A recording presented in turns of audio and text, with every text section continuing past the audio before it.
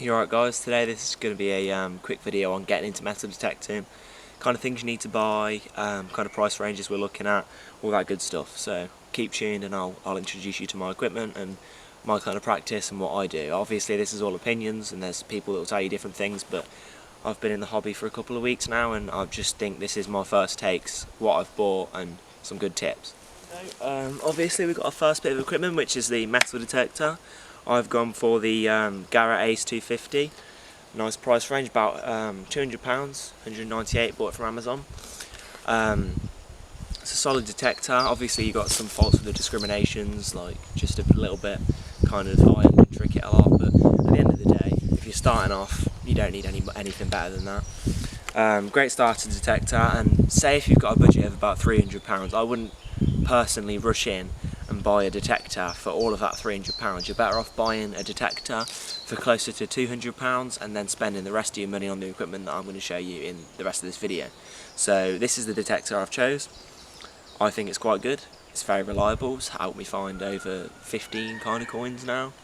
So yeah, and that was in my first week, so yeah. Right, where do we go now? I think the second piece of equipment I'm going to talk about is my Fiskars spade. So what we did is we bought this stock and it has a square head on it, and all I did was just get an angle grinder and just take this off. Well, my dad did it for me, just take the edges off, sharpen it up, and it's an amazing shovel. Personally I prefer this than other metal detecting shovels because they can be very expensive and some of them are quite short in the shaft kind of thing. That's what she said. But this is a perfect shovel for cutting. I found if you do it with more of a traditional shovel or a spade or whatever you want to call it, the square heads they're not that good for cutting plugs, and I'll show you what I mean by plugs in a bit. But this is good. I think it netted about 25 quid, and then just a bit of extra work and saves you a lot of money if you're just looking for a bit of DIY, a nice cheap shovel. So that is the shovel. Quickly covered the third and fourth pieces of equipment in the same video because they're a bit irrelevant to have separate clips for. So your third piece of equipment you need is a good solid pair of gloves. These are just like machine gloves, I don't really know what they are, but you need a nice thick pair of gloves that'll just stop you getting scraped by pieces of metal you might be digging up. And you've got things in the soil like wheels disease, you just don't want to be getting your hands in there if you've got any cuts and scrapes. It's just not worth the risk.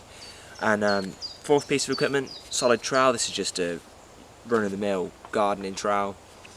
Very positive, helps you get in those tight nooks and crannies when you've dug your plug. And yeah, so that is they're the third and fourth pieces of equipment. And the fifth and final critical piece of equipment I've got here is a pinpointer. So this is a small device, it's a metal detector really. So once you've dug your plug, once you've found your search area with your big metal detector and you've dug your plug, this is just a small handheld detector that you can put in the hole and kind of pinpoint where your find is. And I find this is probably one of the most confusing areas for new metal detectorists, because at the end of the day, there's loads of options out there. You can go straight for the Garrett Pro Pointer, which nets about £100, and but this is £20 off Amazon. It's the long runner one, and I find it works the job perfectly. I've had it for what, 2 weeks now, and it helps you with your finds a lot. I mean, you don't have to have one. You can use the pinpoint function on your detector by like scanning the clods over the coil. It's just a bit of a ball ache, to be honest. But these are great. 20 quid off Amazon, and it will cut your search times down once you're in the plug by probably half, I'd say. So yeah, that's the all of the links to this equipment will be in the description below also, so if you want to check that out.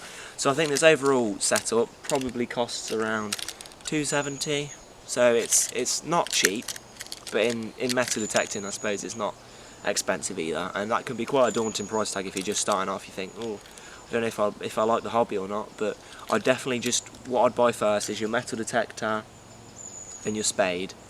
And then once you've got those two pieces of equipment, you can go out and buy the extras if you need to, and if you enjoy the hobby. So that's definitely points. Right, now let's get to the interesting point of the video. I'm going to show you detecting. Once you've found your target, I'm going to show you how to dig a plug, and then search through the plug, and then find your target. Let's hope I can get some coins today. It's been a while. Right, so basic operations of your detector. What you'll want to be doing is, obviously, well, this is with the Ace 250.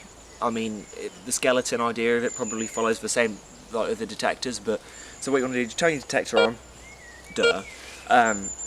and for the Ace250, you've got an all metals mode. I don't know if you guys can see this, an all metals mode here. Let me just try and focus the camera.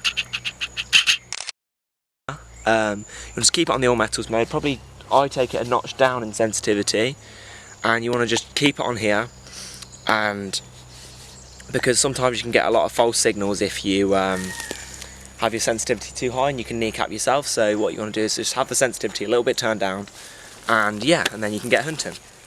Right guys, so we've had a bit of a change of scenery for this one because that area up there was a bit dry, but I found a nice little signal here. So I'm just going to scan over it, and this is what you're listening for. So a nice tone. So this is ringing up about a 5-cent piece, gold bronze. I'm not very hopeful for this tone, but a good thing to look for when you're searching for a tone is you can pass your coil over like this, like this, and it makes a bleep in that direction, and then you pass it over the other direction, and it makes exactly the same bleep in exactly the same place. And then you want to just keep going around, just testing your signal. It's a bit haywire, but I'll dig it anyway, just for the purposes of the video. So then what you want to do, you want to use the pinpoint function on your detector, just to hone in on where we are. So we are coming from about here, about 4 inches. So what I want to do, just keep my eyes on that point. And what I like to do is just check it with the pinpointer, just to see if it's shallow, because these things aren't as good at detecting depth as the big ones are. So this one is not picking it up, so it must be a deeper signal. So what I want to do, I want to get my spade. Hold on a second, I just need to double check where this signal is. So we are here. It's always good just to double check where your signal is so you don't strike across your target.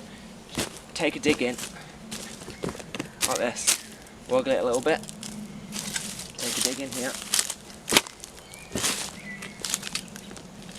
So my back's not to you guys, I'll take a dig in here as well. Just take a little chop, and I'll go back to my original cut. Because this side, this is what we call a plug, this side is your hinge side because I haven't put a cut there. Just lever it up and then flip it over nice and gently. And there we go, we formed our plug. Our find is actually in the plug that we dug, so we're just going to take the pinpointer, let's have a look around for it. May have fallen out. And I'll show you as well, if you don't have a pinpointer, what you can do is you take your detector like this, and you just want to take the clump and just run it over the front. So you hear how that's sounding there?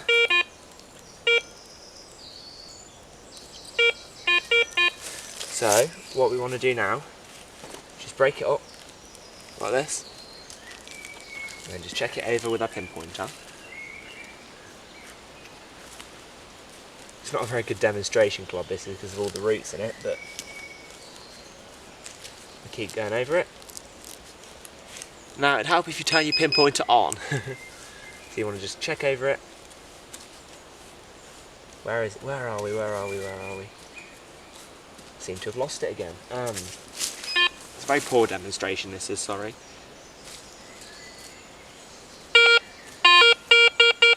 Okay, so our target is actually here. I can see it with my own eyes. It is a casing. There we are. Probably can't see that because it's not focused, but it's a casing. So that is our first find of the day. Right, so I came away from that dig spot down there, and I've just off camera just dug this little bit here because I tried to dig a plug, but it wasn't deep enough to form a proper plug. And I don't know if you guys can hear that, but we've got a target here. So I'm just going to get my trowel out and I'm just going to pick away at it as gently as I can, but this is quite a hard piece of ground here. Ugh. And we have, annoyingly, another casing here.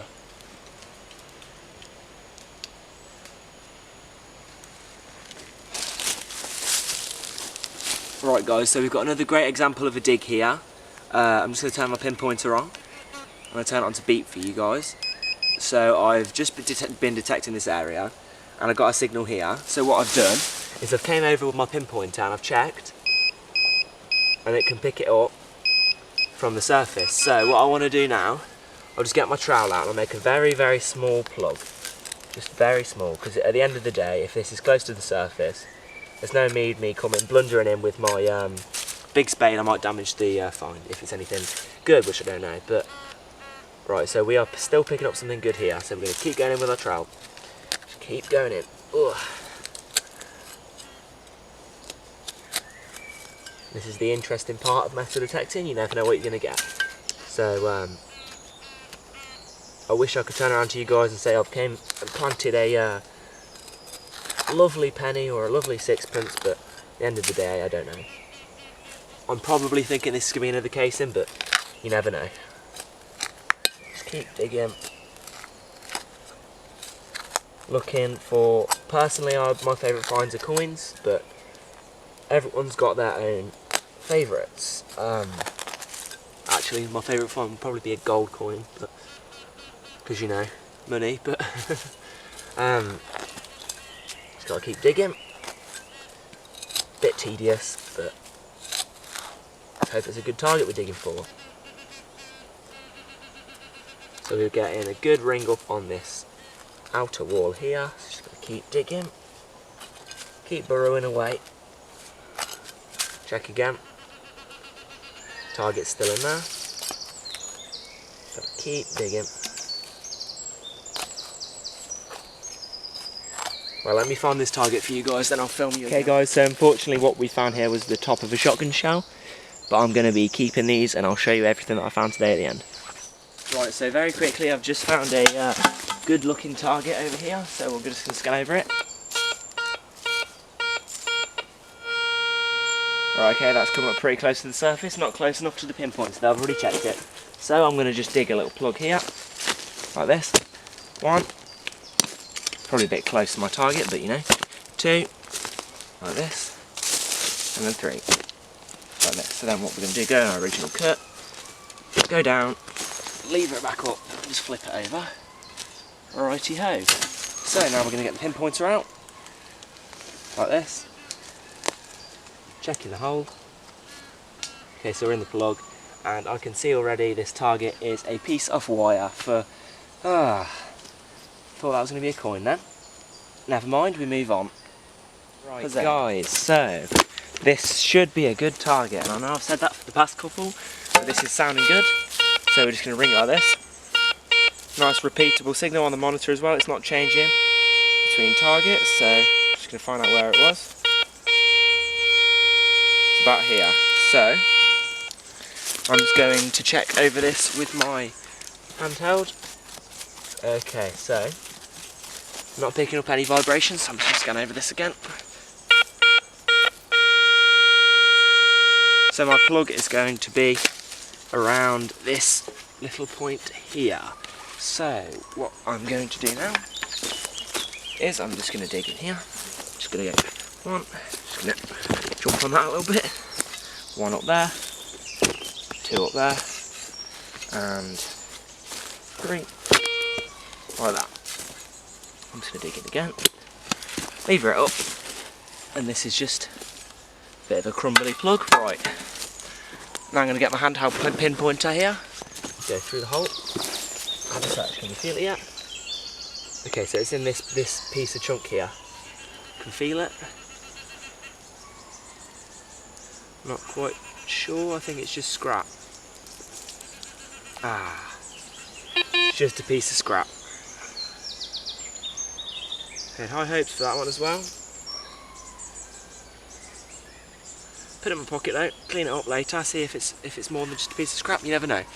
But this is the a thing about metal detecting, you're never always going to get one. Right guys, so that was today's detecting, and this is what I found. A load of crap really, but it just shows that some days in detecting you have good days, some days you have bad days.